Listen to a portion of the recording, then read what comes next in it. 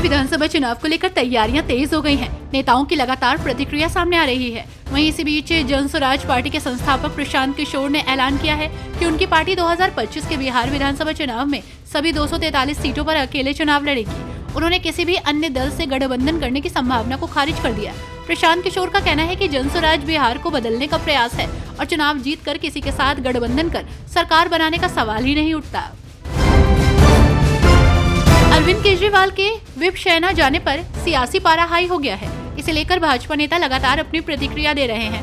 वहीं इसी बीच इसे लेकर नई दिल्ली सीट पर केजरीवाल को हराने वाले प्रवेश सिंह वर्मा ने कहा कि वो पहले से ही कहते आ रहे हैं कि वो भागकर पंजाब जाएंगे। अब वहां उनकी सरकार है, वो इसे बचाना चाहते हैं। अब क्या वो राज्यसभा सांसद बनेंगे या फिर पंजाब के सीएम? आने वाले दिनों में ये देखना होगा। शिवसेना यूबीडी विधायक आदित्य ठाकरे ने भ्रष्टाचार को लेकर महाराष्ट्र सरकार पर तीखा हमला बोला और एकनाथ शिंदे को बर्खास्त करने की मांग की। उन्होंने कहा एकनाथ शिंदे के जरिए कई घोटाले हुए हैं। मुख्यमंत्री को एकनाथ शिंदे को बर्खास्त करना चाहिए क्योंकि उन्होंने MMRDA घोटाला, BMC घोटाला, सड़क घोटाला किया है। पंजाब के सीएम भगवंत मान इन दिनों एक्टिव मोड में नजर आ रहे हैं। वहीं पंजाब सरकार ने मिशन रोजगार के तहत 763 पदों के लिए उम्मीदवारों को नियुक्ति पत्र बांटे हैं। प्रदेश के मुख्यमंत्री भगवंत मान ने चंडीगढ़ के टैगोर थिएटर में सेहत विभाग कॉर्पोरेशन और हायर एजुकेशन विभाग में नियुक्ति पत्र सौंपे। अब तक पंजाब में 50,892 नौजवानों को सरकारी नौकरी दी जा चुकी है। मुख्यमंत्री भजन लाल शर्मा से आईफा अवार्ड्स आयोजन समिति के सदस्यों ने जयपुर स्थित मुख्यमंत्री निवास पर मुलाकात की है।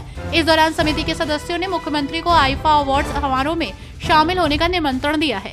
समिति सदस्यों ने 8 और 9 मार्च को जयपुर में आयोजित होने वाले समारोह सहित विभिन्न कार्यक्रमों की विस्तृत जानकारी देते हुए मुख्यमंत्री से उनकी गरिमामयी उपस्थिति के लिए अनुरोध किया है।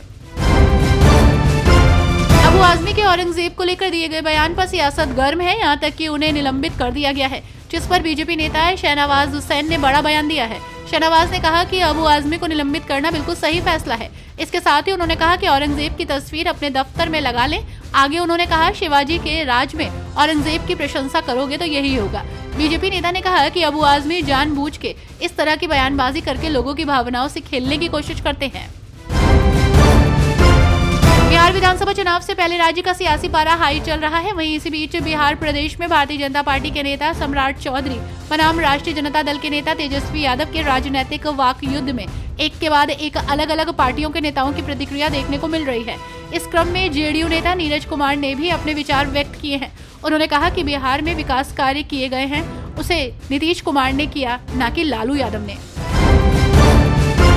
कांग्रेस नेता संदीप दीक्षित ने बोफोर्स घोटाले के सिलसिले में निजी जांचकर्ता माइकल हर्समैन से सबूत मांगने के लिए अमेरिका और न्यायिक अनुरोध भेजने के भारत के प्रयास को राजनीतिक कदम बताया। मुझे लगता है कि ये एक राजनीतिक कदम है। 2004 में जब अटल बिहारी वाजपेयी सत्ता में थे, तब सुप्रीम कोर्ट ने फैसला दिया था कि राजीव गांधी के खिलाफ कोई सबूत नहीं मिला। ये न्याय के साथ विश्वासघात है। इस मामले में एक व्यक्ति का नाम लगातार घसीटा जा रहा है। हरियाणा में वित्तीय आपातकाल का आरोप लगाते हुए कांग्रेस नेता रणदीप सुरजेवाला ने कहा कि राज्य पर 3,17,000 करोड़ रुपए का कर्ज है और हर साल मूल और ब्याज में 60,000 करोड़ रुपए का भुगतान करना पड़ रहा है। कांग्रेस नेता ने भाजपा सरकार पर कर्ज लेकर घी पीने की नीति अपनाने का आरोप लगाया है। तमिलनाडु भाजपा के उपाध्यक्ष नारायण तिरुपति ने मुख्यमंत्री MK स्टालिन पर कटाक्ष किया। ये तमिलनाडु के मुख्यमंत्री द्वारा राज्य में हिंदी और संस्कृत के प्रचार की निंदा करने के बाद आया है।